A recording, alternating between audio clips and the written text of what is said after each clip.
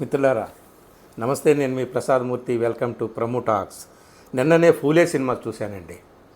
ఇదేంటి దేశమంతా యుద్ధం గురించి మాట్లాడుతుంటే నువ్వు సినిమా గురించి మాట్లాడుతున్నావు ఏంటి అని మీరు అనొచ్చు.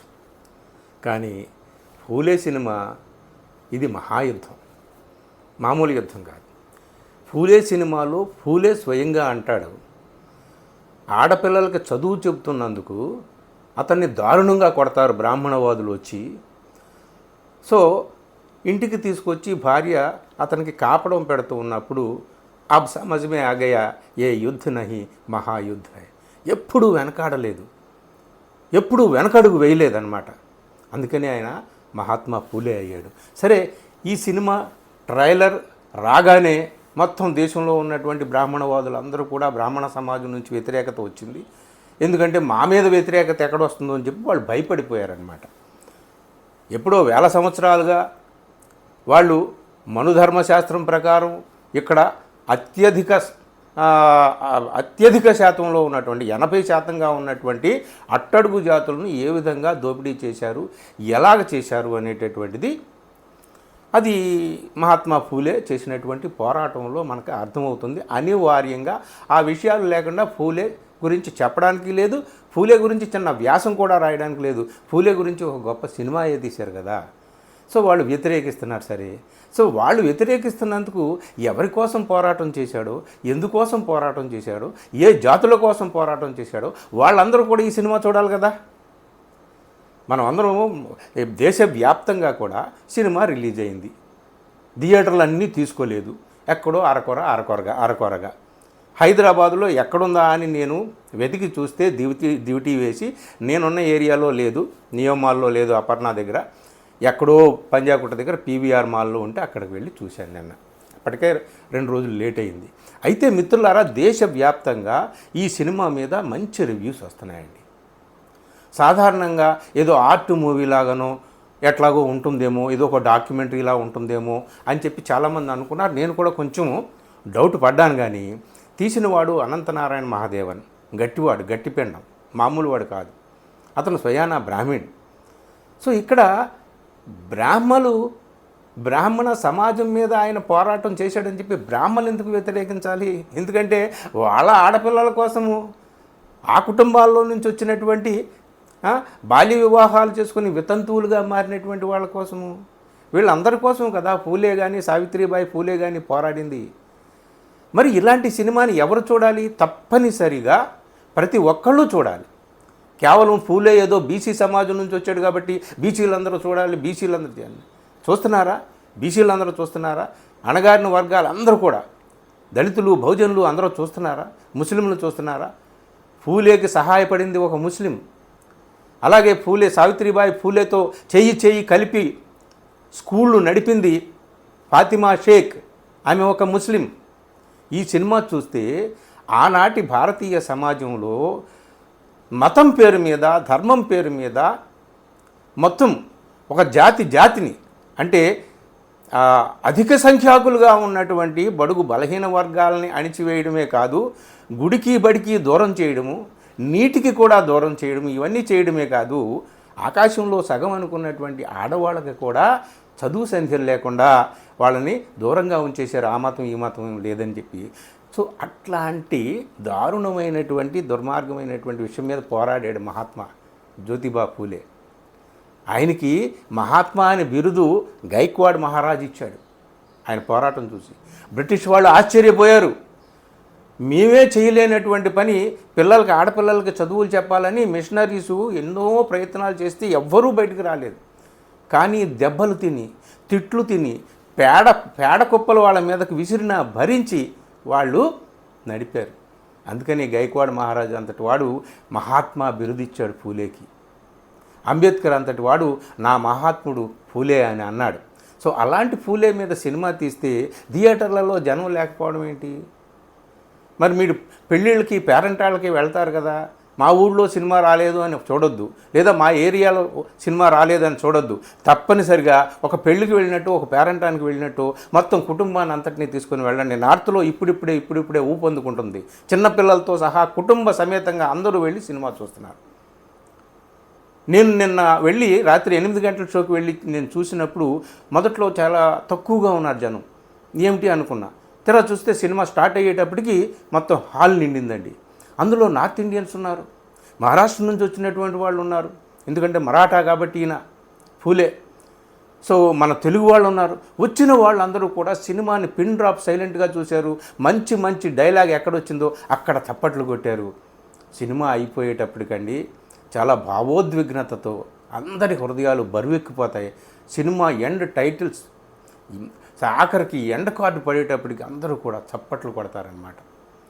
ఇందులో ఎవ్వరూ కూడా భయపడాల్సిన పని లేదు, వణికిపోవాల్సినటువంటి పని లేదు. మనం గత చరిత్ర తెలుసుకుంటున్నాం, చరిత్రలో ఏం జరిగిందో తెలుసుకుంటున్నాం. ఎప్పుడూ 300 సంవత్సరాల క్రితం ఎవడో ముస్లిం రాజు ఏదో చేశాడని చెప్పి ఇక్కడ ఉన్నటువంటి 2 వర్గాల మధ్య, 2 మతాల మధ్య, 2 సముదాయాల మధ్య చిచ్చు పెట్టడానికి బాగా రెచ్చిపోయి ఇష్టం వచ్చినట్టు మొన్న ప్రవర్తించారే చావా సినిమా వచ్చినప్పుడు. మరి ఈ సినిమా ఇందులో ఫూలేని అడుగుతారు, వాళ్ళ బ్రదర్ అడుగుతాడు, నువ్వు ఎందుకు వీళ్ళందరికీ వ్యతిరేకంగా ఈ పిల్లలకి చదువులు చెప్పాలి, ఆడపిల్లలకు చదువులు చెప్పాలి, అస్పృశ్యుల్ని చేరదీస్తున్నావు ఎందుకు? నీకు అంత విప్లవం మీద అంత మోజే ఉంటే పోయి బ్రిటిష్ వాళ్ళ మీద యుద్ధం చేయొచ్చు కదా అంటే అప్పుడు పూలే అంటాడనమాట, బ్రిటిష్ వాళ్ళతో మన బానిసత్వం కేవలం 100 సంవత్సరాలే, కానీ నేను ఏ బానిసత్వాన్ని రూపుమాపడానికి ఉద్యమం చేస్తున్నానో ఆ బానిసత్వం 1000 ఏళ్ళు 3000 సంవత్సరాల బానిసత్వం అది అంటాడు. కానీ ఆ డైలాగ్ కట్ చేయించేశారు, ఇక్కడ చాలా కట్ చేయించారంట.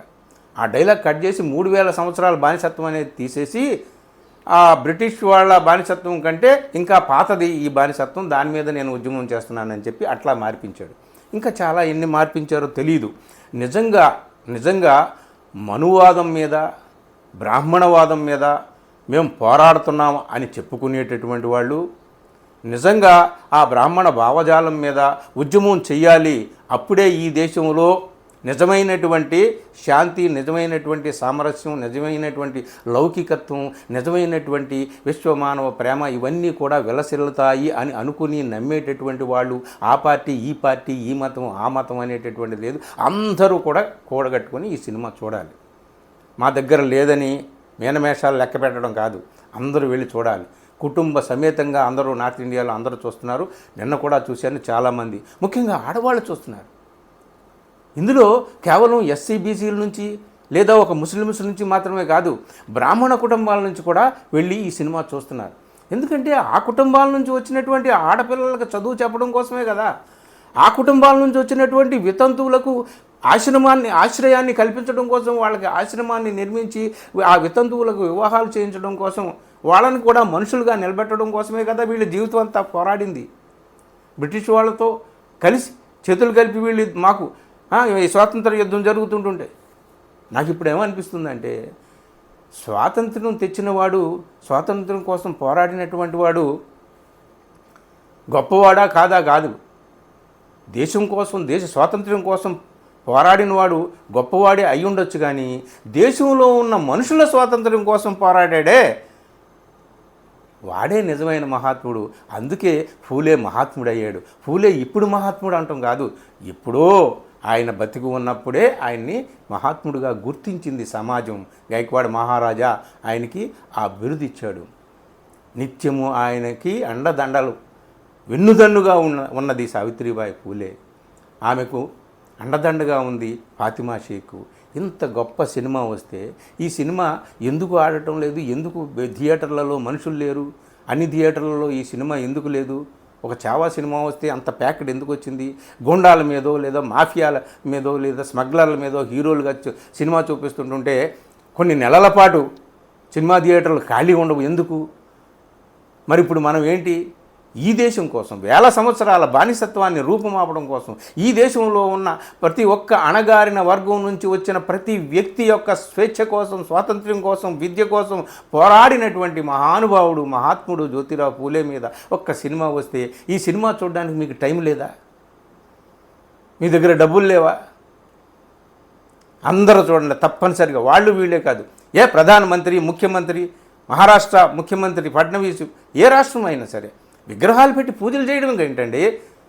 మీరు పనికి మాలినటువంటి మతోద్రేకాలు రెచ్చగొట్టేటటువంటి సినిమాలకేమో రాయితీలు ఇస్తారు, మరి ఈ సినిమా గురించి ఏ ప్రధానమంత్రి ఏ ముఖ్యమంత్రి మాట్లాడే?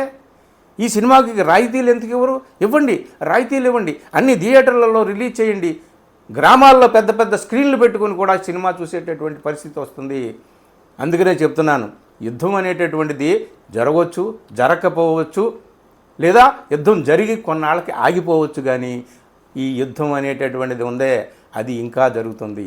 ఈ సినిమాలో జ్యోతిబా పూలే చివరిగా ఒక మాట అంటాడండి, ఈ దేశం చాలా సున్నితమైనటువంటి దేశము, ఇక్కడ కులం పేరు మీద మతం పేరు మీద మనుషుల మధ్య చిచ్చు పెట్టడం చాలా సులభము, ఇది ఇప్పుడు జరుగుతుంది, భవిష్యత్తులో కూడా జరుగుతుంది. కానీ మనం విప్లవం అనే ఈ జ్యోతిని నిత్యం రగిలిస్తూ ముందుకు వెళ్ళాలి అని అన్నాడు. ఏ మహానుభావుడు ఏ ముహూర్తాన్ని ఆ మాట చెప్పాడో కానీ నిజంగా 100 సంవత్సరాల క్రితం, నాకు తెలిసి 30-35 సంవత్సరాల క్రితమే మనకు తెలియదు జ్యోతిబా పూలే అంటే. ఇప్పుడిప్పుడే ప్రతి రాష్ట్రంలో ప్రతి చోట జ్యోతిబా విగ్రహాలు మొక్కల్లా మొలుస్తున్నాయండి. This is the real revolution, this is the real war. నిజంగా ఈ భారతీయ సమాజం మీద ప్రేమ ఉండి, భారతీయ సమాజంలో కులం లేదు, మతం లేదు, మొత్తం అందరూ కూడా ఒకటే, నిజమైనటువంటి పోరాటం, ఈ దేశంలో నిజమైనటువంటి పోరాటం, నిజమైనటువంటి ఉద్యమం, నిజమైనటువంటి విప్లవం ఏదైతే జరిగిందో అది కులం మీద, కులం గురించి, మనుధర్మం ఏదైతే అధర్మంగా వ్యవహరించిందో ప్రజల పట్ల, ఆ మనుధర్మం మీద ఎవరైతే పోరాటం చేశారో, విప్లవం చేశారో, ఉద్యమించారో, అది నిజమైన విప్లవం, అది నిజమైన ఉద్యమం, అదే నిజమైనటువంటి యుద్ధము. కాబట్టి ఈ సినిమాని తప్పనిసరిగా మీరు ఎక్కడున్నా సరే చూడండి. అయితే ఈ సినిమాలో ఏముంది, ఏమిటి, అందరికీ ఉత్సాహాన్ని నింపుతున్నటువంటి ఈ సినిమా యొక్క గొప్పతనం ఏమిటి అనేటటువంటిది మరో వీడియోలో మీకు చెప్తాను. ప్రస్తుతానికైతే ఆలస్యం చేయకుండా, ఆ నాయకుడు ఈ నాయకుడు కాదు, ఈ కులము ఆ కులము కాదు, అందరూ ఇంక్లూడింగ్ బ్రాహ్మిన్స్ అందరూ కూడా చూడాల్సినటువంటి సినిమా. ఏమి అద్భుతంగా తీశాడు అనంతనారాయణ మహాదేవన్. ఆయన తీశాడు, కానీ ఇంకా అద్భుతంగా నటించారు ప్రతీక్ గాంధీ అలాగే పత్రలేఖ ఇద్దరూ కూడా. జ్యోతిబా పూలే పాత్రలో ప్రతీక్ గాంధీ, సావిత్రిబాయి పూలే పాత్రలో పత్రలేఖ నటించారా, జీవించారా. ఆ 19వ శతాబ్దంలో వాళ్ళతో పాటు మనం ఉన్నామా, వాళ్ళని కళ్ళారా చూస్తున్నామా, వాళ్ళతోనే ఉన్నామా. మనం ఎన్నో సన్నివేశాల్లో చాలా భావోద్విగ్నతకు గురవుతాం అన్నమాట. చాలా గొప్పగా తీశారు, మంచి బ్యాక్గ్రౌండ్ స్కోర్, మ్యూజిక్ ఉంది, చక్కటి పాటలు ఉన్నాయి, వాతావరణం ఒక్కసారిగా 19వ శతాబ్దంలోకి, ఆ 19వ శతాబ్దపు ఉత్తరార్ధంలో వాళ్ళు చేసినటువంటి పోరాటంలోకి, ఆ ఉద్యమాల్లోకి మనల్ని నెట్టివేస్తుంది ఈ సినిమా. నిజంగా ఈ దేశంలో ఏం జరిగింది, సత్యం ఏమిటి, మతం ఏమిటి, మతం వెనక, మనుధర్మం వెనక సాగినటువంటి కుట్రలు ఏంటి, వీటినన్నిటినీ కూడా తెలుసుకోవాలంటే, సత్యం గురించి తెలుసుకోవాలంటే, సత్య శోధక సమాజం అని పూలే ఎందుకు స్థాపించాడో తెలుసుకోవాలంటే, గులాంగిరి అనే పుస్తకంలో పూలే ఏం రాశాడో, నిజంగా పౌరోహిత్యం పేరు మీద పురోహిత వర్గం చేసినటువంటి దోపిడీ ఏమిటో, దుర్మార్గం ఏమిటో, ఇవన్నీ తెలుసుకోవాలంటే తప్పనిసరిగా ఈ సినిమా చూసి తీరాలి.